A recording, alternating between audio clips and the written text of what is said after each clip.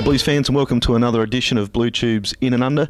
Here today with head coach Luke Norman, and Luke must be a much happier man this week after the club's first win. Yep, no, fantastic. The boys were terrific, and I thought the second quarter is probably some of the best football we've played since I've been involved at the club anyway. So, no, it was really good. They hunted the ball and hunted the body and got away with a fantastic win. What was the difference? I mean, obviously, we've sort of had a couple of games against South and North where we've played well in patches, obviously put it together in the second quarter and maintained the momentum.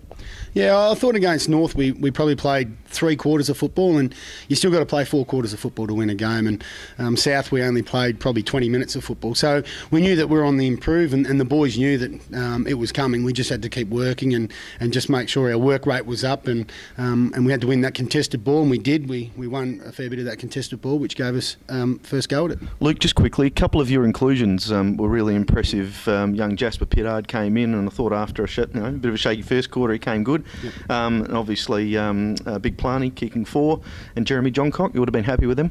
Yeah, no, it was good to get Jeremy back. We were sort of lost the last couple of weeks without him, so he straightens us up a little bit across that centre half forward. But Planey was terrific. You know, you're going to get a contest every time from him. He can play forward, back, or through the midfield.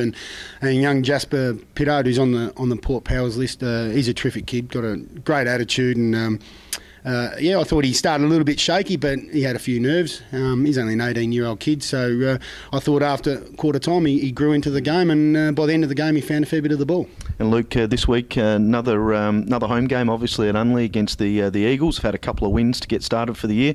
Can you just take us through preparations for the Eagles, and also whether there's any injury concerns and guys pressing for selection this week? No, there's no injury concerns. There's a few blokes that are a bit sore, but it was a pretty physical game on the weekend. So we'll just stick to what we normally do. Tonight we'll go through some footage of the weekend, get out and do some skills, a light run. Wednesday we'll up the ante a little bit and get into them and do a bit of competitive stuff. And then Friday we'll pull it back and get ready for Woodville. Okay, and I guess the question on most people's lips was Johnny Hinge's hammy last week. How's that looking? Oh, look, I don't think it's too bad. It was no real tear or anything as such. It was a bit of a twinge, so like a muscle spasm or something like that. So out of precaution, he probably could have played on the weekend, but out of precaution, we just thought we'll give it a week and just see how it heals.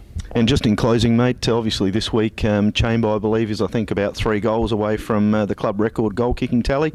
You want to put him under some pressure and tell him what he needs to do this week, Luke, or what?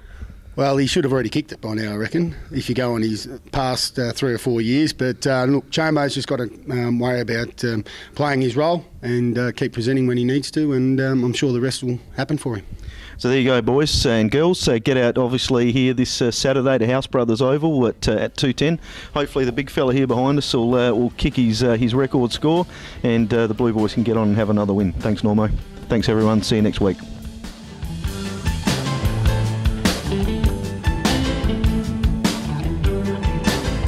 You tell me right out that the blue